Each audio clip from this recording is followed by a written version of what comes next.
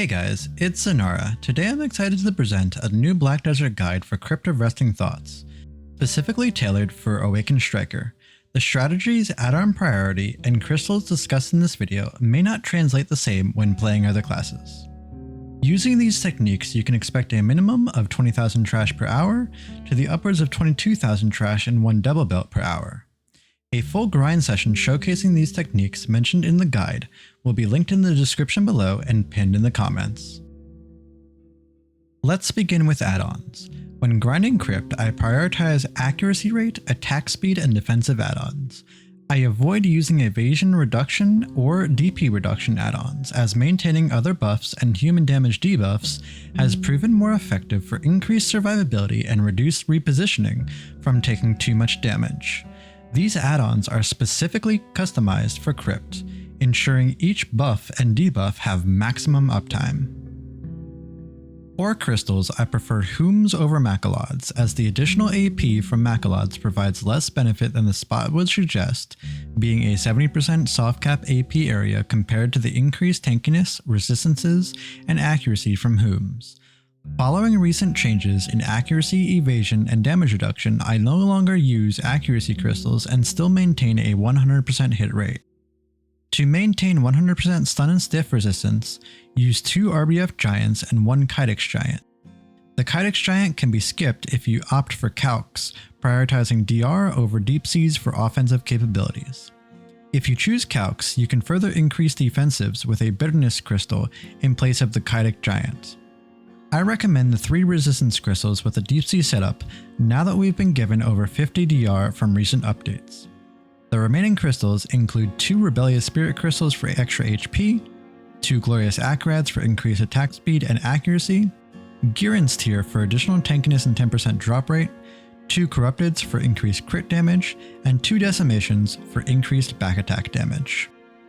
For gear, I use 1 Narc for additional tankiness instead of a Disto, 5 set Debo, and target openings for more crit damage rather than AP and the tankiness loss from all-out attack.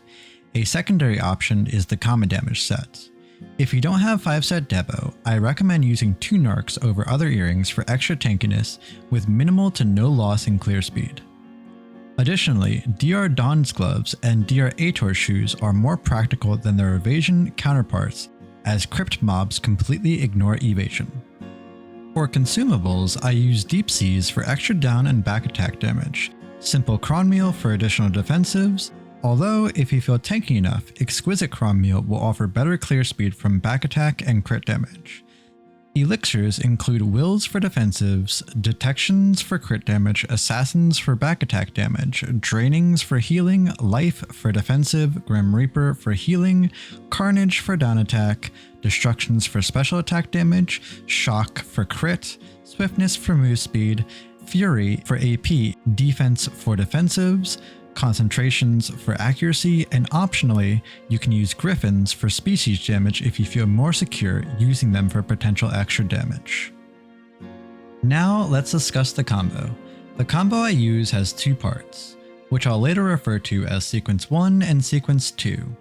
To start, use Ferocious Assault into Rampaging Predator or Flash Step into Rampaging Predator, followed by Bite Off, Savage Somersault, Skull Crusher, Infernal Destruction, Battle Cry, Crouching Wolf, Wolf's Fang, Wolf's Explosive Fang, Sea Swap, Echo Spirit, Ultimate Crush, Autumn Blaze, Savage Somersault, Skull Crusher, Infernal Destruction, and lastly Battle Cry.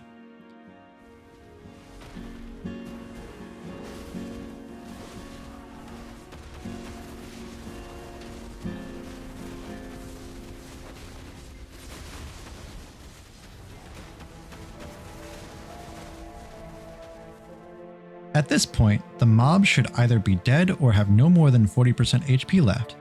Leash these mobs to the next pack, landing with Ferocious Assault into Rampaging Predator or Flash Step into Rampaging Predator, follow up with Bite Off, AD LMB for the AP buff, Ultimate Crush, Autumn Blaze, Savage Somersault, Skull Crusher, Infernal Destruction, Battle Cry, Crouching Wolf, Wolf's Fang, Wolf's Explosive Fang, Sea Swap, Reposition with Mass Destruction, Ultimate Crush, Autumn Blaze, and finish with Endless Explosion. Repeat this pattern from the beginning. When facing packs with elites, it's fine to deviate from the combo to kill them faster rather than leashing them to a third pack. You may have noticed that the combo I described differs from the conventional method of double pulling mobs. Through hundreds of hours of testing, it became clear that DPSing one pack, then leashing it to the next, results in faster clear speeds on average. Now, let's discuss why I concluded that AP is less important than one might assume given that Crypt is a 70% soft cap AP area. While explaining, I'll provide a side-by-side comparison. My normal setup at Crypt on the left-hand side of the screen with around 980 monster AP, and a test setup on the right-hand side of the screen maintaining 100% hit rate and using the same percent damage modifiers, but dropping to around 890 monster AP. According to Garmoth.com's PvE damage calculator, one should get approximately 13% more damage using my normal setup versus the test setup, assuming this extra damage applies consistently across all skills. However, the calculator does not account for down attack modifiers when mobs are CC'd, which might skew the perceived versus actual results when comparing different AP points. The conclusion from my tests on Awakened Striker is that hitting the AP cap is important, but exceeding the AP cap while sacrificing attack speed, damage modifiers like crit, back and down damage, hit rate cap, and defensives is not nearly as beneficial as maintaining these stats. Makes the grind incredibly comfortable with little to no risk of death as I grind with well over 500 DR. Defensives help enough to the point I take close to 0 damage unless it's nighttime and I'm CC'd by the DK or Raz'Nal in the middle of a pack of mobs.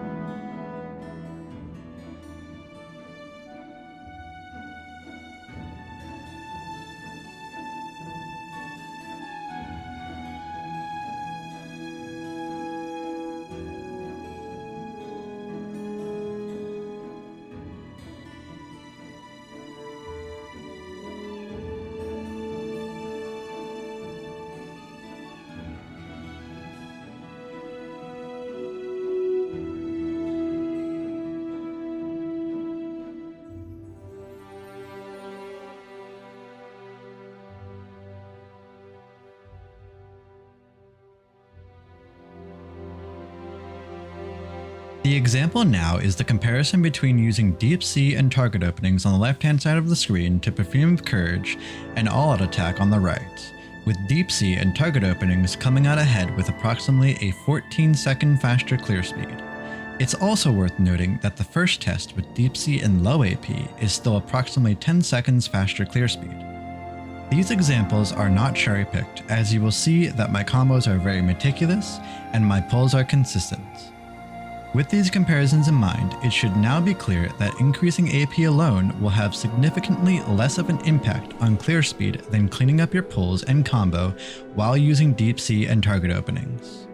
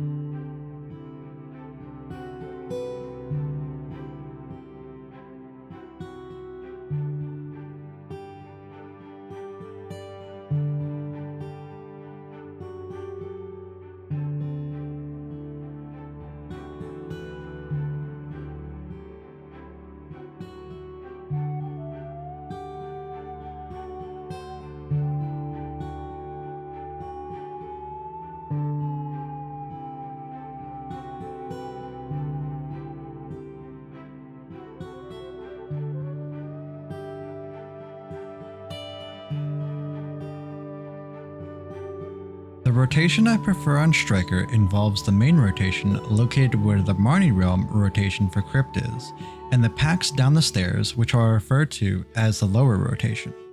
Most players, regardless of class, tend to full clear both rooms. However, on Striker, this is inefficient since you will be pacing approximately 6 full rotations less per hour compared to my method, which is 6 bears missed, and you'd only be getting 4 packs worth of mobs per rotation for almost an extra minute's worth of time. Therefore, you'll need to skip some packs. Start at the pack by the entrance of the stairs with sequence 1 of the combo, and pull the remainder to the second pack on the left, then continue with sequence 2.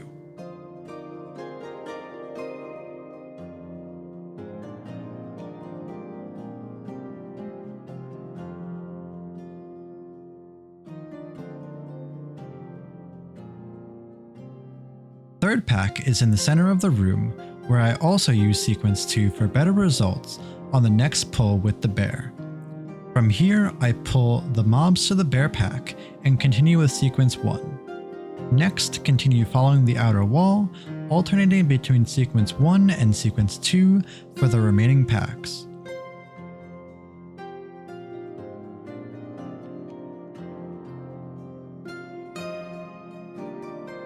I finish the main room with the pack before the cliff, skipping the last 2 packs that are above and below it.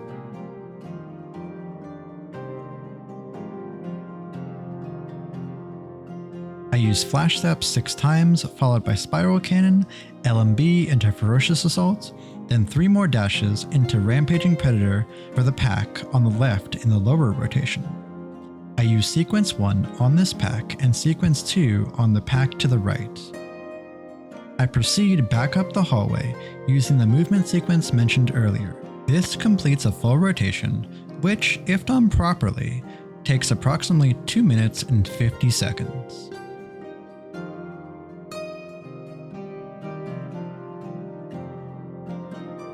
Now that we've covered the optimal rotation for Awakened Striker, let's discuss techniques to optimize each loop by controlling the Elite Bear in the main rotation. This Elite Bear spawns every 3 minutes. To ensure maximum efficiency, you'll need to loop through main plus lower and return in time for the bear's respawn. This approach will increase your trash loot per hour since each elite is worth about 1 1/3 packs in terms of trash loot, and you're killing them alongside 1 or 2 packs already.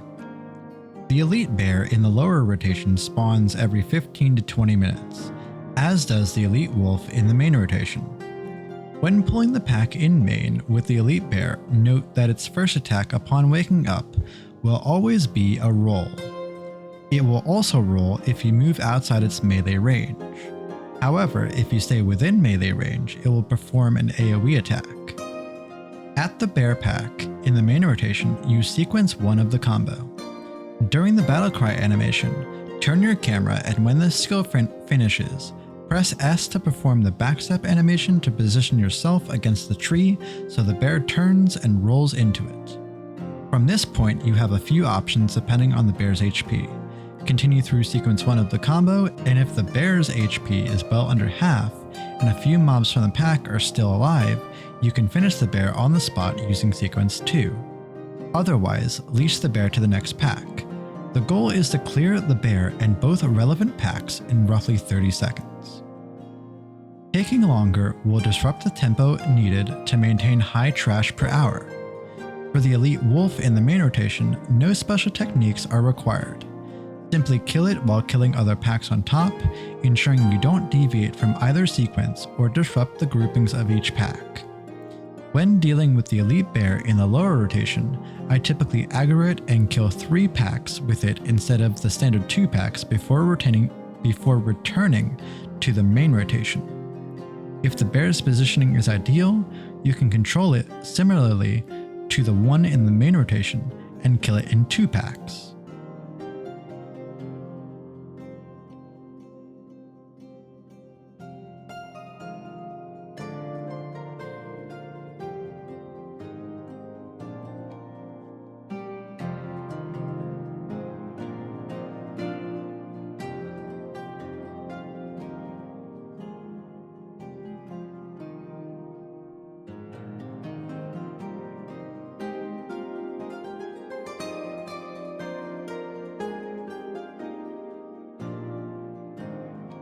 Lastly, I'd like to discuss the importance of Dark Knights and their spawn timers. According to the most recent changes for Crypt of Resting Thoughts, Dark Knights should spawn every 6 minutes and hide every 3 minutes when not engaged in combat. However, this is not entirely accurate. Dark Knights spawn roughly every 6 to 12 minutes, typically around 9 to 10. They also have a slight tendency to hide even while in combat. Given this, I cannot stress enough the importance of killing them immediately when they spawn or reappear. I save my E-buff for killing them since it provides extra DP and resistances, which are especially important given that the DK can float you and you're not anywhere near 100% float resistance without your E-buff. You can expect anywhere from 9 to 12 DKs per hour, while most hours ending with 11. Prioritizing them is crucial not only to avoid potential despawns, but also because they have the highest trash shield aside from Raz'Nal's, averaging around 275 trash per kill.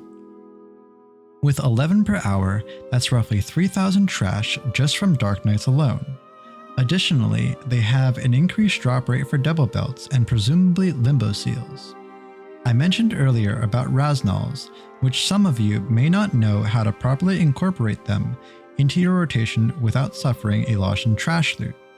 They can spawn from a DK kill at a very low chance, averaging 1 spawn every 2 hours.